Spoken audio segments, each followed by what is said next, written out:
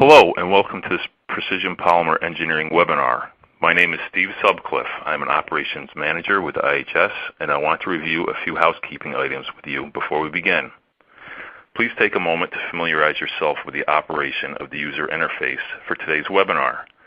The large window with the heading Precision Polymer Engineering Presentation in the upper left is the primary window for today's webinar. You should be seeing the welcome slide there now. Just to the right of the main presentation window is the speaker bio window with background information on today's presenter, Steve Jagels. Just below that is the Q&A window. At any time during the presentation, you can enter a question into the box in the lower section of the Q&A window and click Submit. Your question will be placed in the queue for Steve to address when we get to the Q&A session. At the bottom of your screen, you will see 6 buttons. The first 3 either minimize or restore the 3 windows we've already talked about. The others allow you to share your webinar experience using social networking tools, take a survey to provide feedback to our presenter, and do a little troubleshooting like running the system test or consulting the FAQ document. If you can't remember what a particular button does, just place your mouse pointer over it and a tooltip will appear with a description of the button's function. Now, to get the webinar started, here is your Precision Polymer Engineering Global Market Manager, Steve Jagels. Steve?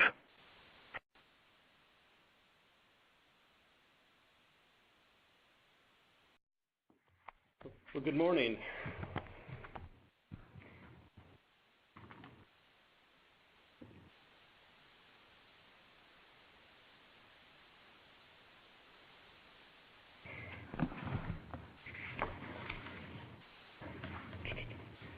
Good morning and welcome. My name is Steve Jagels with Precision Polymer Engineering, and today I'll be discussing dealing with elastomers and sour gas.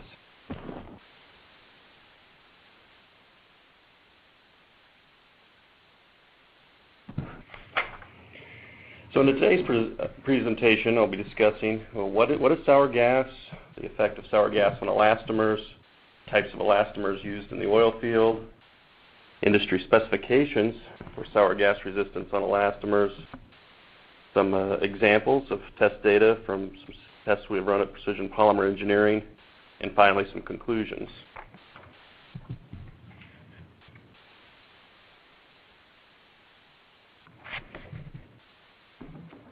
So for some key takeaways of this presentation, after this presentation, we'll have covered and developed an understanding of the type of elastomers available and their relative resistance to sour gas. We'll have covered some of the industry specifications, which are helpful in specifying elastomer for sour service. And finally, what types of test data are available to understand elastomer performance in sour gas.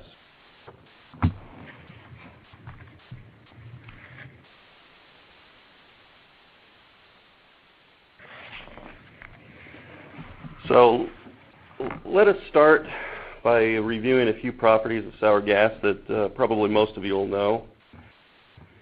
Sour gas is essentially it's a gas stream that contains hydrogen sulfide, which is denoted chemically as H2S. It's poisonous, corrosive, smells like rotten eggs, it's flammable and explosive.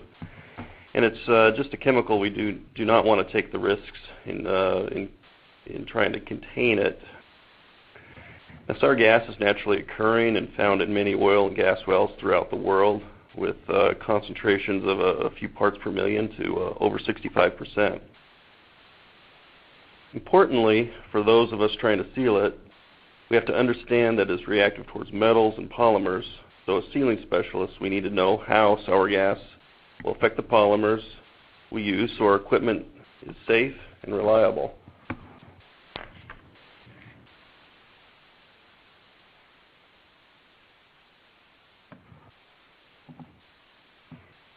When we take a big picture view of the effect of sour gas on the elastomer, is known in the industry that, generally speaking, the primary failure mode is embrittlement. There will be cracking, loss of elasticity, and normally an increase in hardness or durometer. But what's commonly not known is that what the effect of sour gas on the elastomer it's typically not visually observed. Most of the times a seal will often look visibly unchanged, but when you feel it, it will be hard and easily break if flexed.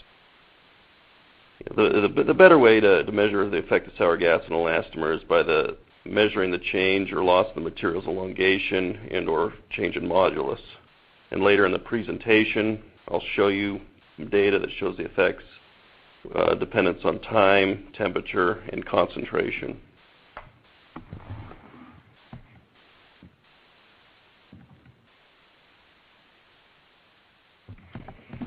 Well, so I just told you that the effect of sour gas is normally not visible, but I did, however, find some photos showing two very extreme examples of the effect of sour gas. On the left is a sample of chloroprene, and on the right side is ASTM type 1 FKM. In both cases, you can clearly see the cracking and brittlement, and these two materials were obviously exposed to conditions beyond their capabilities.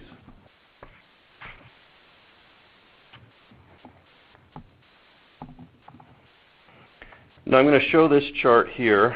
It's one that you'll see in most elastomer presentations, but it shows most of the elastomer types available on the market today.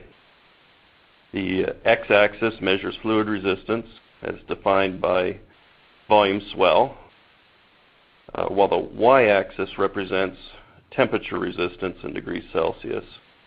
And you can just take a few seconds to scan this chart.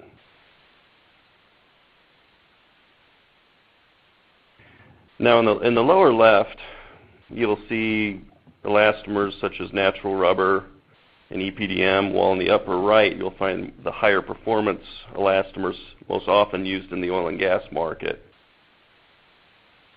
The most common seals in the oil and gas market are made from materials from HNBR, FEPM, often known by the trade name AFLAS. FKMs are fluoroelastomers, of which there are several types, and FFKMs or perfluoroelastomers. These elastomers are the most oil and heat resistant materials with the strength needed for the oil and gas market.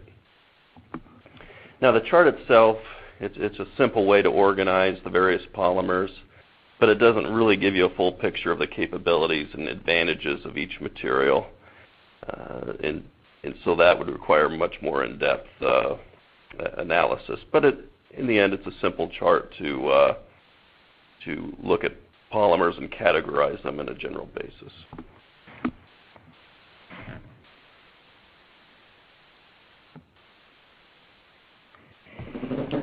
So you might be asking yourself why there's so many elastomers available, and really it comes down to that polymer selection for an application is really about a compromise in properties. Each polymer will have its own set of properties for fluid resistance, H2S resistance. It'll have its own high temperature performance, low temperature performance, physical toughness, as well as cost. And when we talk about the compromises that might be made in the properties, it is the case that physical toughness might be sacrificed for high temperature performance, as an example, or that low temperature flexibility compromises fluid resistance. And it's really difficult or impossible to maximize one property or another without changing another property for the material.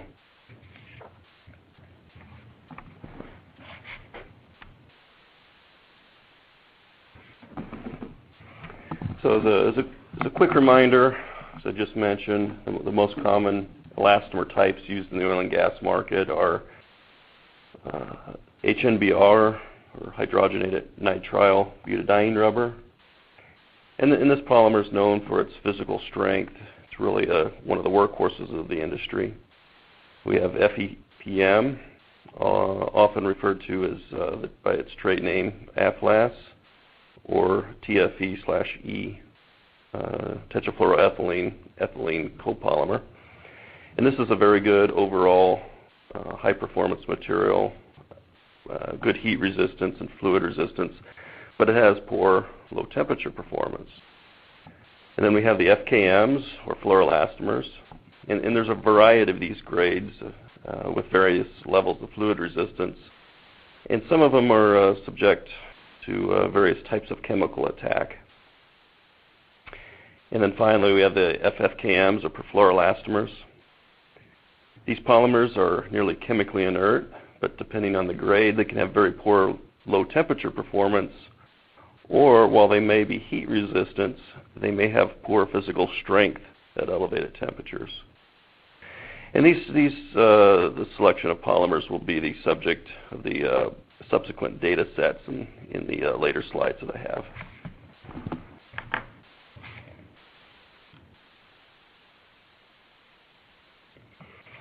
Now, there's some traditional and long-held assumptions in the industry about the types of seals and elastomers that are used in sour gas.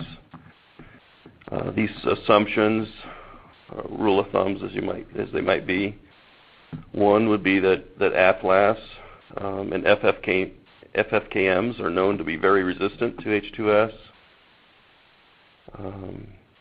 We do know that HNBRs do react to H2S. Fluoroelastomers will react to sour gas at high temperatures, but there are newer grades on the market that haven't been very well characterized, so this is something that has to be worked out. And in FFKMs, like AFLAS, is known to be very resistant to sour gas. But what we wanted to know at Precision Polymer Engineering are the extreme limits of the materials, so that we can make some educated decisions about the long-term stability of the material in a sealing application.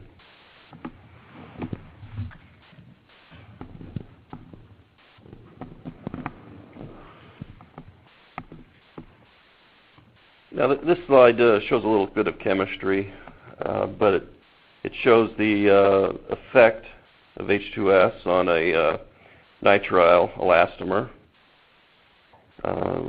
Be something like an MBR, HNBR, and it shows the structure shows a mechanism by which NBR can be attacked by sour gas, essentially creating a site for sulfur cross-linking.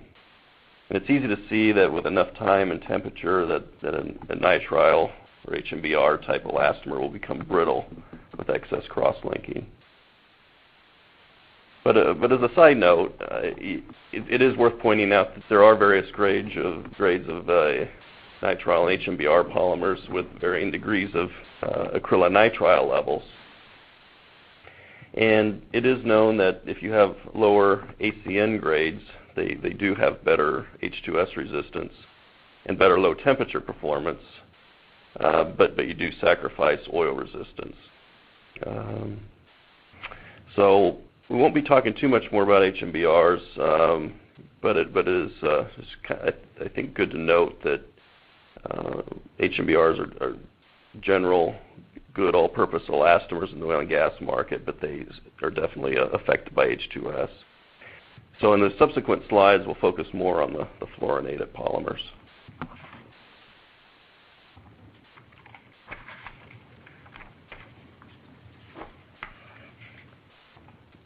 Now, before I talk about some of the industry standards for sour gas testing, we can look at the effect of dry H2S by itself on some different fluoroelastomers.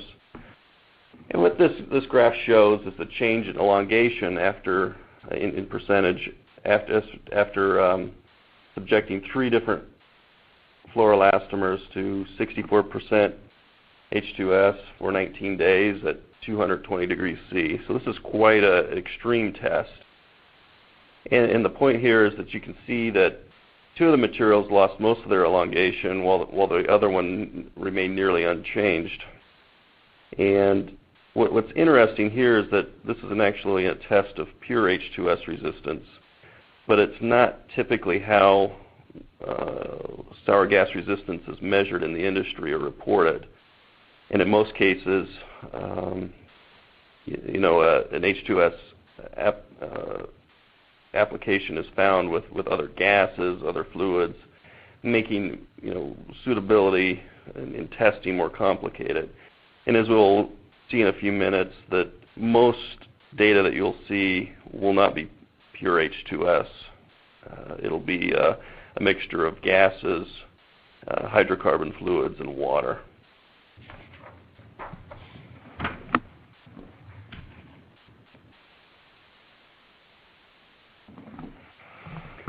So as I just started building up and alluded to, we can talk about some of the industry standards that are available to test and measure elastomers for the resistance in sour gas.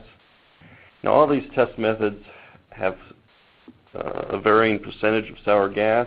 They'll have a hydrocarbon component and water. Now, the disadvantage to these testing protocols is that the other chemicals interact and mask the effect of sour gas, but these test methods may be more representative of a real-world sealing application. So the three main specifications are the Norsok M710 Annex A, we have the NACE TM0187, we have the API 6A Annex F.1.113, and we'll review a few of their main features in the next slides.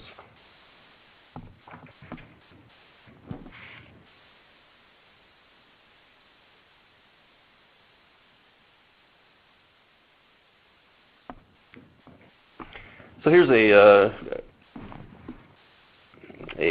graphical representation of the Norsok M710 Annex A test protocol. And as you can see in this slide, there are several components. You can see a gas composition, an oil phase, and a water phase. So I might just take a moment to scan over this slide. Now, in this test, there is only 2% H2S in the gas mixture. And the test specimen is placed in the oil phase of the vessel.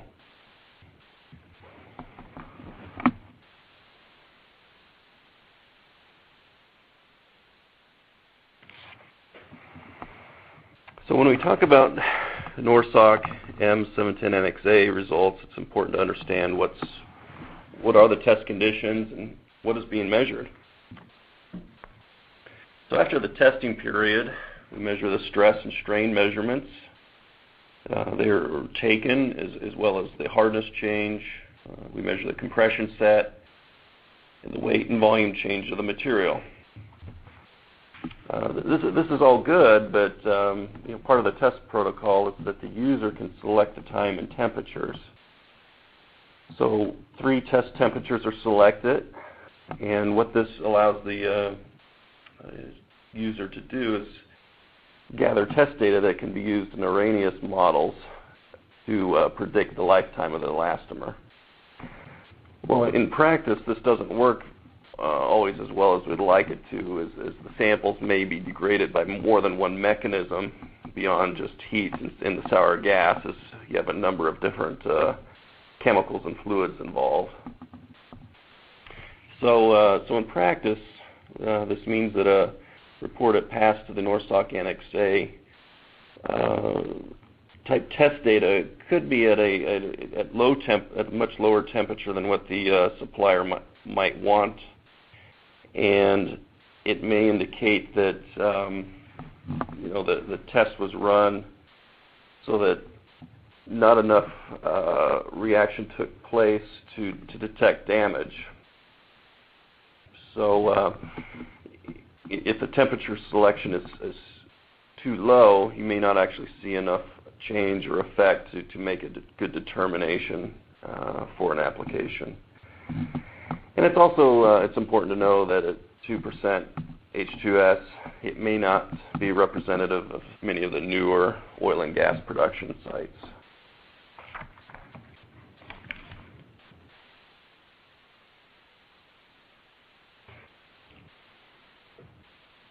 So just as we saw before, this is a graphical representation of the NACE TM0187 test protocol.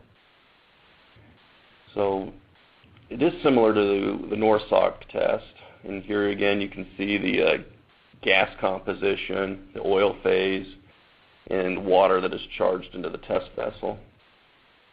What's interesting to note is that this test concentration is 10% H2S compared to the 2% of the Norsok test method, and the test specimen is placed in the gas phase of the vessel, so there won't be intimate contact with the fluid.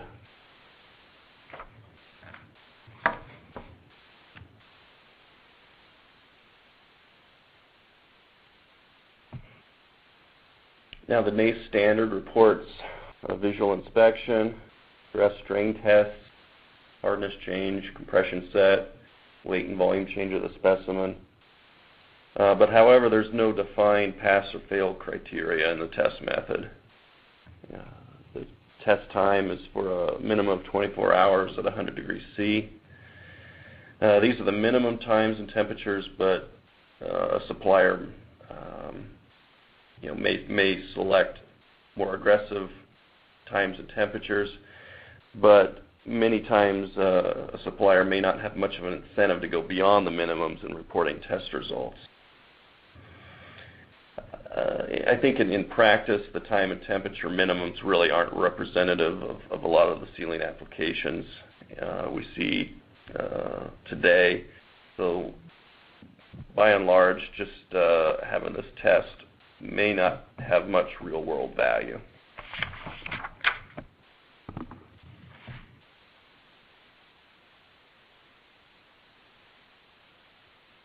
And finally, we'll have the API 6A Annex F testing protocol for the FFHH class of materials. So like the NACE test, we have a 10% H2S level, but the oil phase as a specific chemical isn't called out in the specification. The standard defines that the user can define a hydrocarbon they feel will be most useful in their application, such as kerosene, diesel fuel, or jet fuel. This can lead to some issues of repeatability, as various labs could use different oils or have different sources for them. And what's also interesting about the test method is the test specimen is placed in both the gas and the oil phase within the vessel.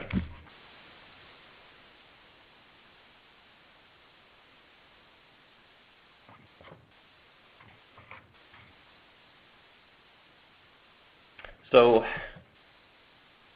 the test standard asks for physical property testing, but there really is no pass or failure criteria in this standard.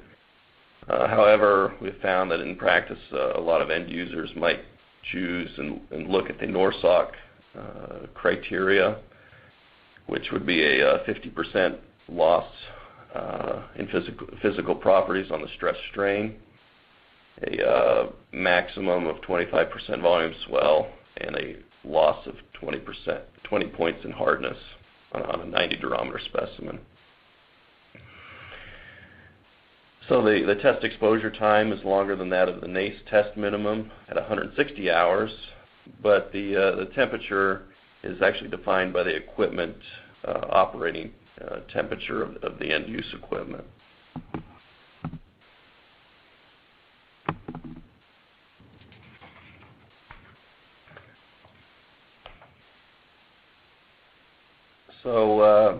So at Precision Polymer Engineering, we wanted to know how very extreme testing of sour gas and high temperatures might look like, so we might provide some better data and assurance to our customers, really that the material will last for its design life. So for the set of data that we'll show, we chose our oil field grade materials, which include fluoroelastomers, an FEPM or AFLAS-based material for fluoroelastomer, and you can read the descriptions of our brand names. So this is about the only, I think, commercial slide that you might see in this presentation. But these are the materials we used for the testing you'll see in the next slides.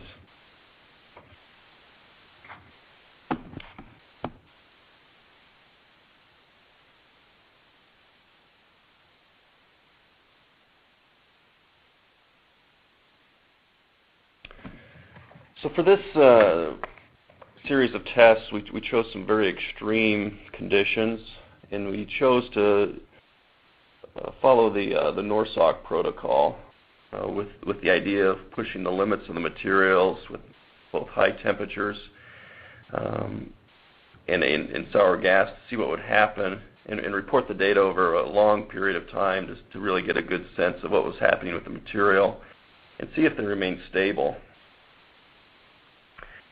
Now on this slide, we're showing and measuring volume swell following the Norsok protocol. So we're using the Norsok fluids, but we did make a change. We, if you recall, the Norsok standard is a 2% H2S content, but we've increased it to 25% in the gas phase to be more representative of some very extreme oil field environments. Now, just taking a look on the right side on the materials,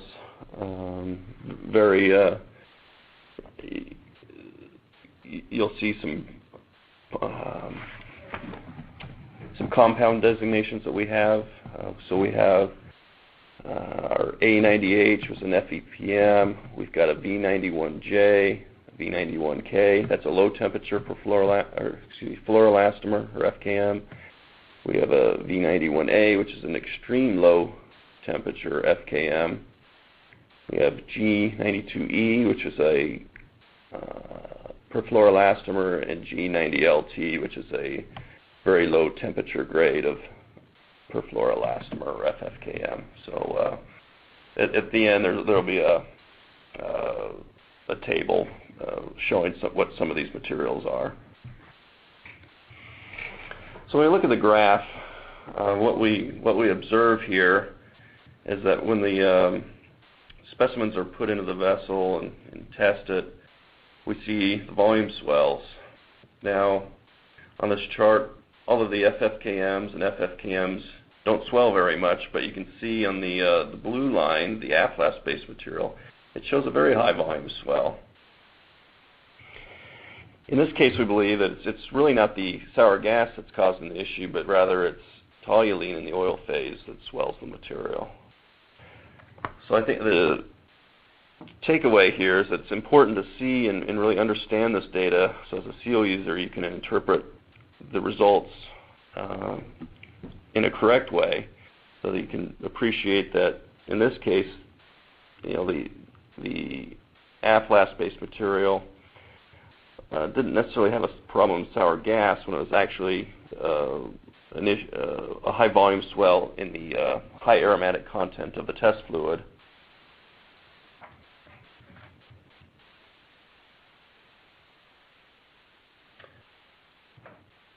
Now in this graph, it's the same conditions that we saw on the previous slide. We're looking at 50% modulus over the course of about 1,400 hours. See if there's any changes in modulus or elasticity of the material. Again, what we see here is a very large change in the aflast-based material very quickly, but its modulus remains consistent over time. This again is as a result of the aromatic hydrocarbon incompatibility, but not really that of the sour gas attack. Now the easiest line to see on the graph is that of the top line, and it's a perfluoroelastomer of our G92E FFKM. You can see that there's a high resistance to the hydrocarbon test fluids. As you can see, a very stable modulus over time. You don't see much of a drop there.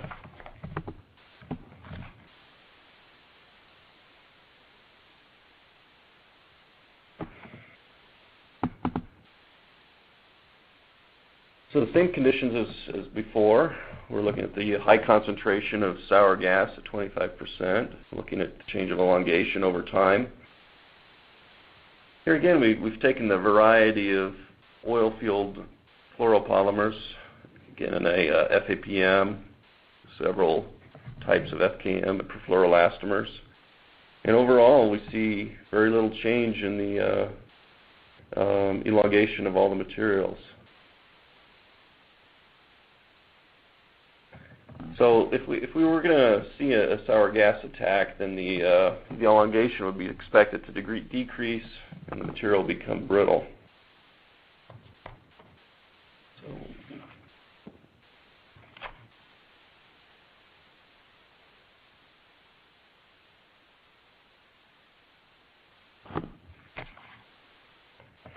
So now, here's where some data becomes a little bit interesting. So previously, in the prior charts, we were looking at no decrease in elongation at 25% H2S at 175 degrees C. In this slide, we've reduced the sour gas content in the mixture, but we've increased the temperature to 200 degrees C. And what we finally started to observe is a measurable difference among the materials. And it's the temperature that we believe is making all the difference. Now, intuitively, we might have thought that very high concentrations of H2S were more damaging to the elastomer. But as this graph shows, it doesn't necessarily take a high concentration, but it's really a higher temperature to induce the change in properties and cause damage to the seal.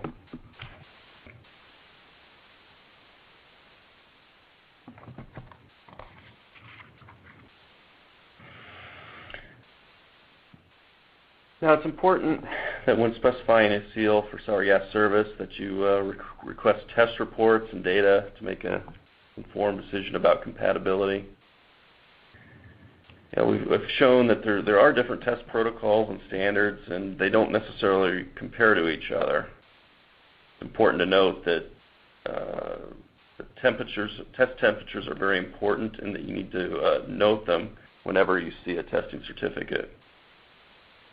The user of a specifier of the Norsok testing can define the temperatures of the test protocol, and if they test them at a low temperature, it'll show high compatibility, while at a higher temperature, test may show there indeed may be compatibility problems with sour gas. So just because a supplier is given a certificate to meeting a sour gas condition, you really need to test what the conditions are and make sure it's representative of your application.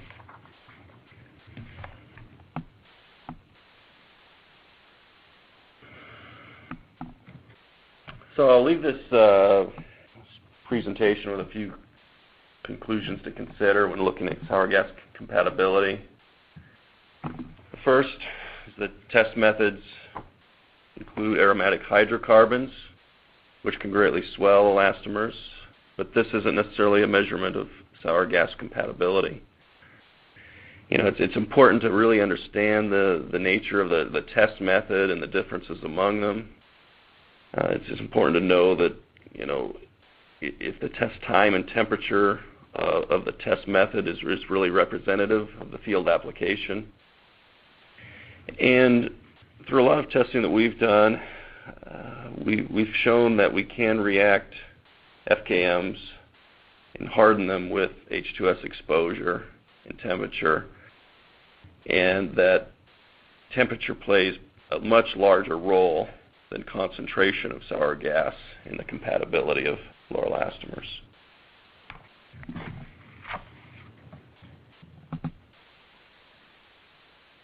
It's again important to request good representative test data from your seal provider with the experience and knowledge of selecting the best material.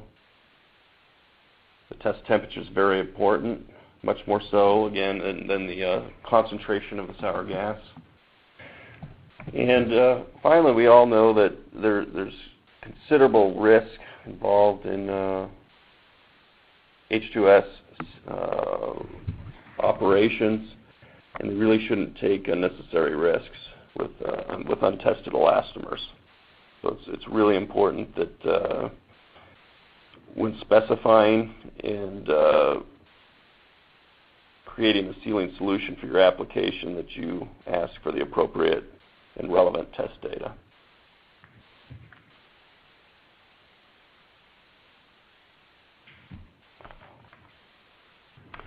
Now finally, I'll leave you with a final table of some of this, with a summary of some of the materials shown in this presentation, taking into consideration some of the other properties that should be considered on making a decision on a sealing material. It's something that didn't go into a lot of detail on, but there are a number of different materials we just showed data for. Each of them will have varying properties for sour gas resistance, fluid resistance, low temperature performance, high temperature performance, and physical toughness, just to name a few of the properties. And I'll leave you a few seconds to look at this.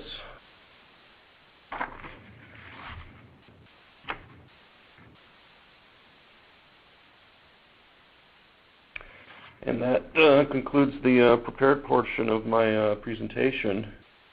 And I think we can open that up to any questions that you may have. Thank you very much. Okay, thanks, Steve, for your insight into the field of elastomer seals for sour gas. So let's get to the Q&A session. We'll have about 20 minutes for questions. If we don't get to your question, don't worry. We'll respond to your answer we'll give you an answer within 24 hours. The complete transcript of the Q&A session, including all the answers, will be made available on the demand mode. So if you've got any questions, please submit them now. And here we go with the first question, Steve. And this is, could you please repeat the Norsok pass-fail criteria? Yes.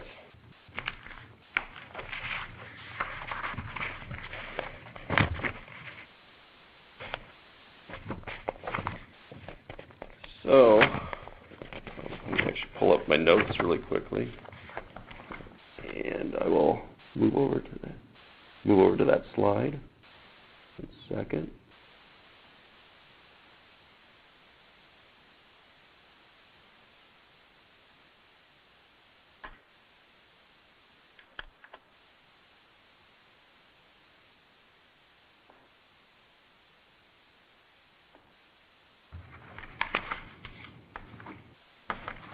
So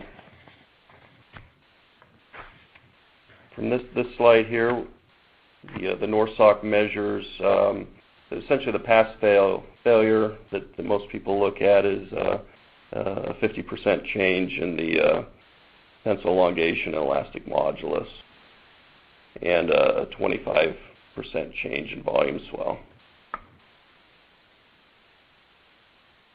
Okay, thanks, Steve. The next question is, what polymer material category would polyurethane materials fall under in your estimation?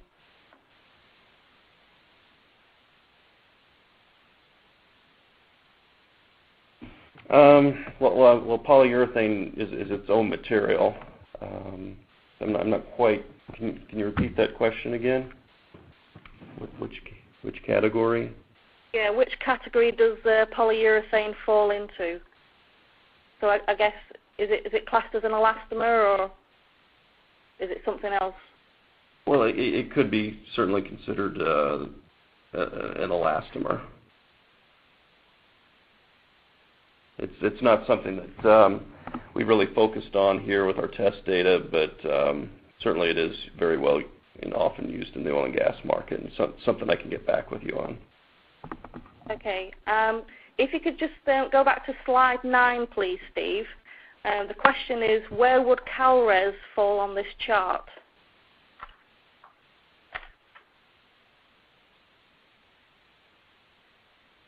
I'm moving the slides here one moment. There we go.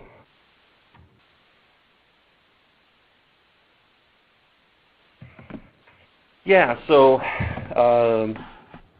CalRes is it's actually a brand name by DuPont Dow Elastomers, and that would be, as a brand, it's an FFKM or perfluoroelastomer, so that's in the upper right-hand corner. And there's a number of trade names for perfluoroelastomers. Our trade name at Precision Polymer Engineering is called Perlast. So in the test data, when you download this presentation, you'll see our G92E and G90LT, and those are perfluoroelastomers, which are FFKMs. Okay, great. The next question is, so you've talked about the Norsok, NACE, and API tests. What about the ISO 23936 test?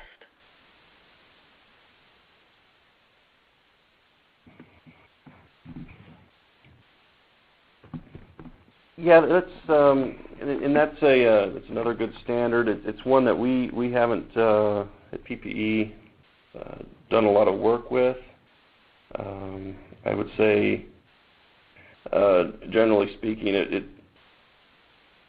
it would be representative, probably very closely to the API, but I could get you some specifics on that as well.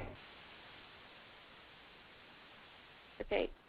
I mean, we can respond directly to some of these questions that are very specific, so I'm just kind of giving you the general questions at the moment. Okay, our next question is there any data on how urethane elastomers perform in sour gas? That's another good question. I do not have that data. It's something that we haven't, as a company, focused on that type of product. So I wouldn't have that data. Okay. Next question, Steve. You were talking about the HMBRs earlier on, and it sounds like some of them may be suitable for sour gas service, while others are not, and this seems to depend on the ACN levels. Is there a practical test that can be specified to determine if a given HMBR is suitable for sour gas service?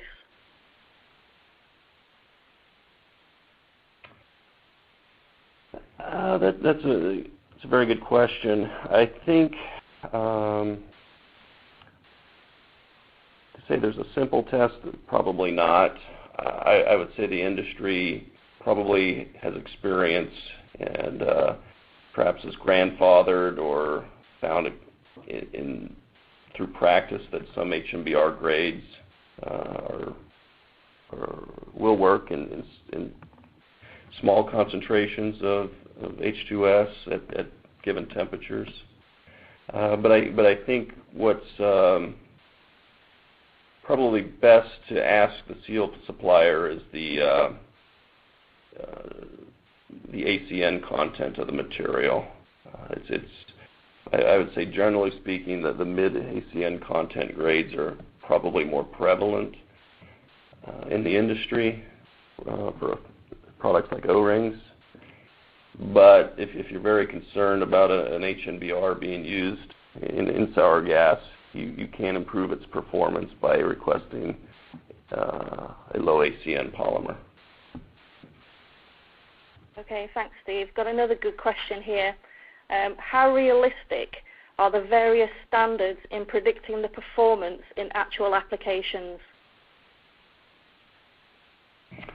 Yeah, I think that's the question everybody has. It's actually very difficult to take these tests and apply them to the real world. I think perhaps their best value is in comparison and comparing material A versus material B for relative testing. You can determine that within a given test that this product, this material will be better than another one. And I think the better way to look at it is if you're very concerned, you should try to take the materials to their extreme, as we've done, in both concentration and or temperature, and really see which ones drop off. You could really get pretty good results within a few days of testing if you get the temperature high enough and the concentration up. As I spoke, concentration's not really the biggest issue, but if the temperature's up, you can pretty quickly sort out the good from the bad. Okay, thanks, Steve. We're running short of time now, so we'll have to just take one or two more questions. So here's the next one. How do you recognize ED failure and H2S failure?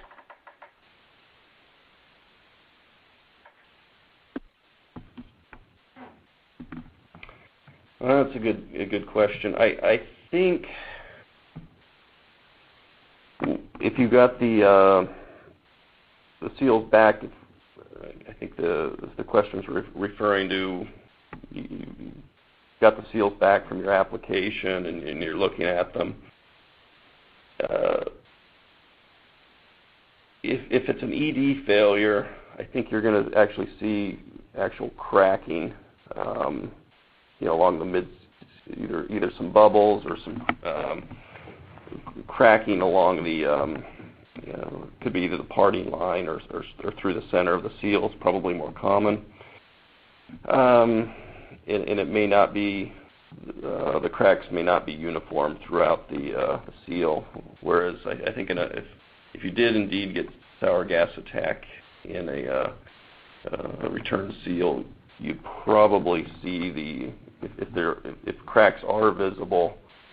Well, first of all, your material will be hard and brittle, most likely. But if there are cracks, they'd probably be very uniform throughout the specimen. Okay, Steve, thanks. We've just got two more questions, if you don't mind, please. The first one is, why is low temperature performance of the elastomer an issue with sour gas?